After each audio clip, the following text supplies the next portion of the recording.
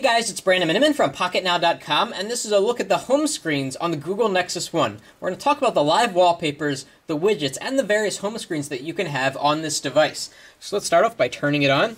And of course, this unlock pattern is optional. You don't have to see that every time you turn on your device. And as with other Android devices, you have multiple panels that you can sort of customize with widgets. There are 5 of them. So there are 2 to the left, and back to the center, there are 2 to the right. Now, a way that you know where you are is by looking at these dots down here. So I see there are 2 dots on the left. That means there are 2 panels or 2 screens to the left, and now there are 4 to the right. So it's a nice way to sort of visualize where you are, although there's still no way to sort of jump to the one all the way on the right or all the way on the left. You still have to manually scroll, which is kind of annoying. So let's talk about these live wallpapers. I don't know if you can tell, but the background is actually shifting around a little bit. Tapping does nothing, but on some live wallpapers, tapping actually allows you to interact with the wallpaper, which is quite fascinating. So we can tap and hold, and we can go to Wallpapers, and then click on Live Wallpapers. And we'll go through most of these. Galaxy is pretty cool. It actually looks like a universe of stars that swirls into a circle. So I just click Set, and as you pan around from screen to screen, the aspect of the background kind of changes a little bit. So that's pretty neat. Let's go to another one. Grass is really cool because it actually customizes itself based on the time of day. So as you can see here, at night you'll get a starry background. In the morning you'll get a sunrise look. During the day, like you see here, you'll see a blue sky, and during the night you'll see a sunset, or during the evening time. So it's really cool, and the grass moves just slightly as if it's blowing in the breeze.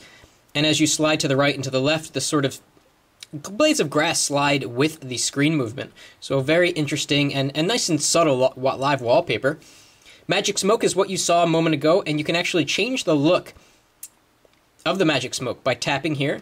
So we can get kind of monochrome, we can get this wicked red, sort of the psychedelic blue and green, and so on and so forth. There are about 5 that you can choose from. And of course, if we click OK and set wallpaper, you get the idea. You get the wacky moving background. Let's go to check out the other ones.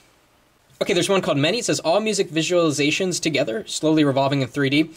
Just a way to sort of have the background interact with music that you're playing on your device. So obviously, it doesn't do too much right now because I'm not playing music, but it would if you did play music. So let's go back. And there are several that interact with music. Let's go to Nexus. This is sort of the background that we saw on the leaks of the Nexus One, which is actually one of my favorites. It's not too distracting, although it seems like it is, right? But as you can see, you can still see all of the icons on the screen.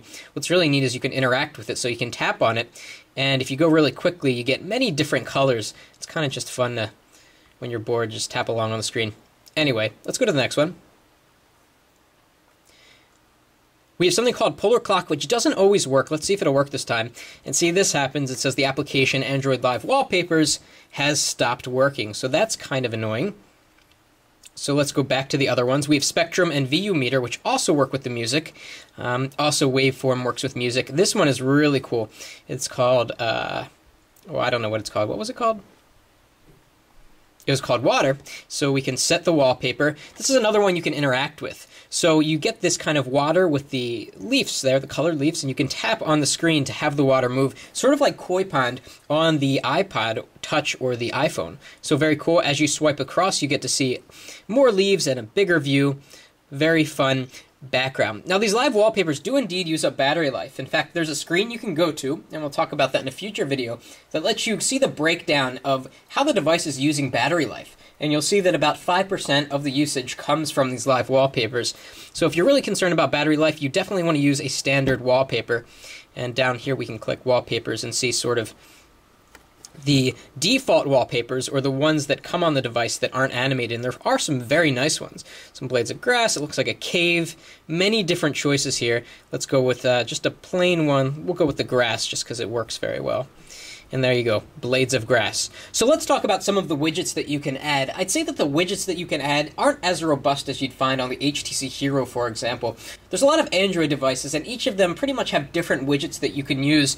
And the selection on the Nexus One isn't terribly impressive. You'll see what I mean in a second. So we can tap and hold. We can either add shortcuts, widgets, or folders. Let's start with shortcuts, because this is quite useful. We can add a variety of shortcuts. We can add an application, which is quite simply a link to a program. We can add a bookmark, which is is very nice because you can see right into the web browser. So I'm going to add pocketnow.com as a bookmark, and here it is. I can move it around, of course, by tapping and holding, or by the same token, I can drag it to the trash can. Let's go back into shortcuts. You can also add a contact, so you can quickly dial somebody that you call on a regular basis. You can have a screen filled up with pictures of people that you call, sort of like SBB Mobile Shell in Windows Mobile. I'll give you an example. I'll click Contact and add one. Okay, so I'll add Adam Lane here. And there's a little picture of Adam Lane. There's also an indicator on there that will show me if I've got some kind of communication with him. So I'll drop that in the trash can. Let's go back to shortcuts. We can also do a direct dial, so one-touch dial to someone, whereas before with Adam Lane, if I tapped on his name, I'd be taken to his contact information. Also a direct message. This is kind of cool. You can have a direct link to directions. So if you travel to, say, Philadelphia on a regular basis, and you want a way to quickly launch directions to get to Philadelphia, and of course Android 2.0 and 2.1 has built-in navigation, you can do that, and shortcut name, let's call it Philly. Okay, choose a little icon. Let's see here. That one looks good, a little soccer ball. And you click Save, and once you press on Philly, it will start the Google Maps navigation. I've got the GPS disabled right now, so that won't work. So let me drop that into the trash can. Let's go back into shortcuts and see what else. We almost got to the end of the list. We also have a link to email, Gmail labels, music playlist. You can toggle Google Voice, which is quite nice, and also add a shortcut to settings. So let's go back and talk about the widgets that you can add to the Nexus One. We can add an analog clock, but you really can't change what it looks like. This is what it looks like, and that's all the choices that you get. You can't do anything to change the design. So let's throw that away. Go back. You can also add a calendar, but again, you can't customize the look of the calendar. You can only see next appointment, not 2 appointments or 3 appointments. Obviously, tapping on the calendar will take you right into the calendar application, so it's convenient to have that, perhaps on one of these extra screens. We can also do a link into Facebook, which is quite nice, and you can sort of tap to the right and tap to the left to see what people are saying, or you can tap on the Facebook icon to get directly into the Facebook app on the device, and it's a very good Facebook app. Works quite well. And again, I'm going to throw this away so we have more room on the screen. We can also add music, so we can play music from the SD card. Something here, news and weather, which is great. We can choose to have either weather, news, or news and weather, and let's just do news and weather so we have everything in one. And by default, the device actually comes with this enabled, and it's quite nice. It shows you the latest news on the right, and on the left you get a little temperature gauge, and it knows where you are using the GPS. And you can tap on any of these icons down here or on the temperature itself, and you're taken into kind of an extended view of the day. And you can drag your finger along and say, okay, at 6 o'clock a.m., what will the temperature be? What will be the chance of precipitation? And what will the winds be? So a pretty nice feature to be able to really see what the weather conditions are going to be like on a certain time of day. We can swipe to the right while we're in this application to go to Top Stories, and we can read a particular story by tapping on it. And we're taken sort of into the web browser, but it's not the web browser. It's really just a viewer that works in landscape pretty well. So we can tap around and see the news story there, and then click the back button to go back into the application. And they're organized by top stories, US, sports, entertainment, and I think that's it. So a really neat, really neat news and weather application built into the Nexus One that I think a lot of people will appreciate. So I'm going to throw that away, and let's continue down the list of widgets. We also have Picture Frame, which is kind of cool. So we can, it says pick an item from your collection, and I haven't yet fully discovered this kind of navigation here. It's kind of strange. Sometimes it works, sometimes it doesn't. I was taking pictures of furniture the other day. So here I have a picture of a couch. You can move this around, or you can sort of reposition it and pretend this is a picture of a friend or a family member or something, and you want to put a picture on your main screen. And there you have a little picture frame, a nice little touch to have on one of your auxiliary screens. Certainly this isn't a new feature to Android, but it's always nice to have. Going down the list, we also have power control, which is what you see right here. So really one-touch access to enable your GPS, Bluetooth, Wi-Fi, syncing and screen brightness. And what's pretty cool about this is if you tap Bluetooth, you get a little dim notification, and then it will turn dark once it turns all the way on. And there it goes now. So this is a really handy application to, or a widget to have on your home screen. Let's go down. We have search, which we're going to talk about in a second. It has really good voice search built in the device.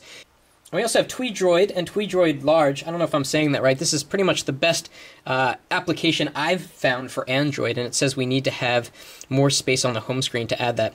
And I'll show you that, but you're going to see it's not going to be functional because you need the Pro version.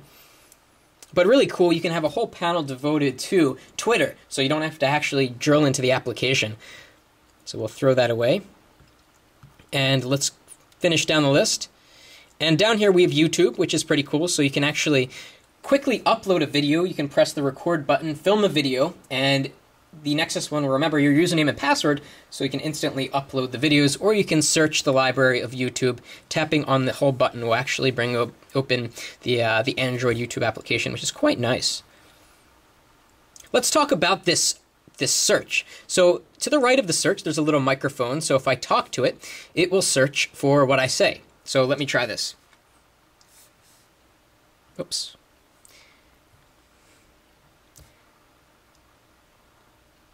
HTC HD2 review.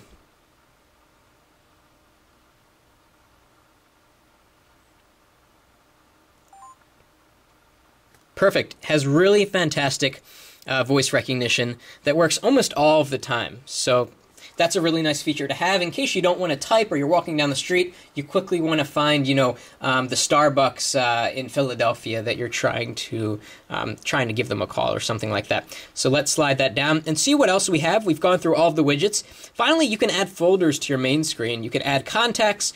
What's really cool down here is Facebook phone book. So you can actually have this drill into your entire Facebook album and query the phone numbers of people so that you can quickly call anyone that's in your Facebook list that may not have a contact in your phone. Really handy little mini application here that you can add to your home screen. And of course with Android, you can always add another application to your home screen, say after you download one, by going into the program tray and just tapping and holding and dragging it right to your home screen. This kind of operates like Windows, actually. You can go into the Start menu, click and drag, and put something on your desktop. This is pretty much unique to Android, and I think it's a really nice way to quickly add various things to your home screen. So overall, it's nice to see that the Google Nexus One has some useful widgets for the home screen displays. It's nice to see that there are 5 home screens that you can use to customize. Again, I'd like to see an easier way to jump between these home screens, and also it'd be nice to see even more widgets with greater functionality.